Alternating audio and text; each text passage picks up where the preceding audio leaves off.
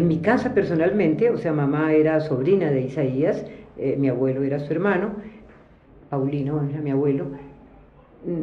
La poesía fue un hecho que desde niños estuvimos oyendo continuamente, no solo la poesía de Isaías, sino la poesía de poetas, muchos poetas colombianos y poetas universales. Aprendimos a amar la poesía.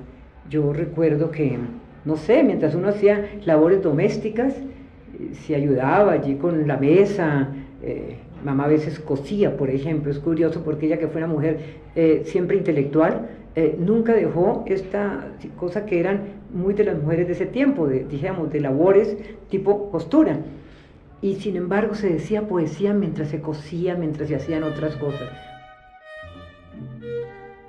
Mamá, al llegar a Bogotá, encuentra un medio, digamos, mucho más amplio desde el punto de vista de la cultura, y años después, digamos, pensemos que unos 3 o 4 años después, cuando Gerardo Molina funda en la Universidad Nacional la facultad se llama Instituto inicialmente, de Filosofía y Letras, mamá, que ya había entrado en las lecturas, bueno, literarias filosóficas, porque es que quiere entrar a estudiar, no tenía sino su grado, pues, de normalista, conseguido hacia, yo creo que 25 años antes o así.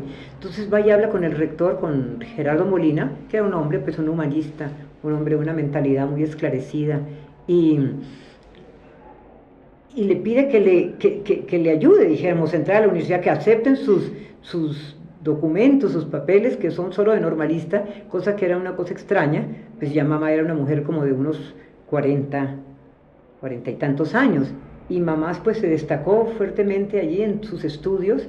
Estaba terminando la carrera de filosofía en la Universidad Nacional, cuando resuelve irse para México. Se había casado en segundo matrimonio con un mexicano, y la situación política de aquí era cuando comenzó la violencia de los años 50, y entra inmediatamente en la UNAM, en la Universidad Autónoma de México, y empieza a ser, digamos, la alumna cercana de una persona muy importante, un filósofo español, entonces, que era el doctor José Gaos.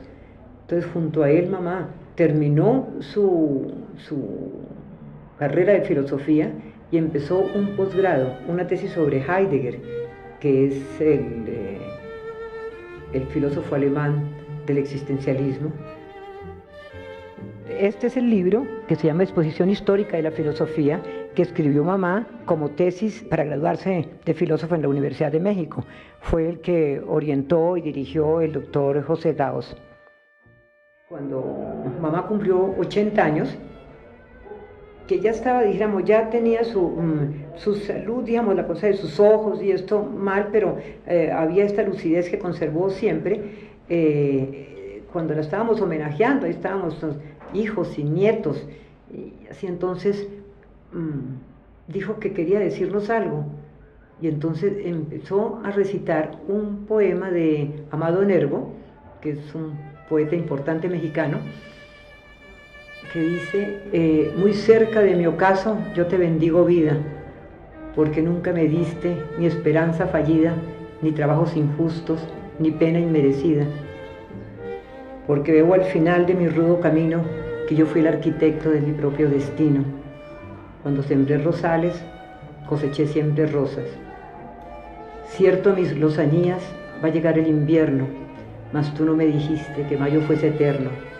Hallé sin duda largas las noches de mis penas, pero en cambio tuve otras santamente serenas.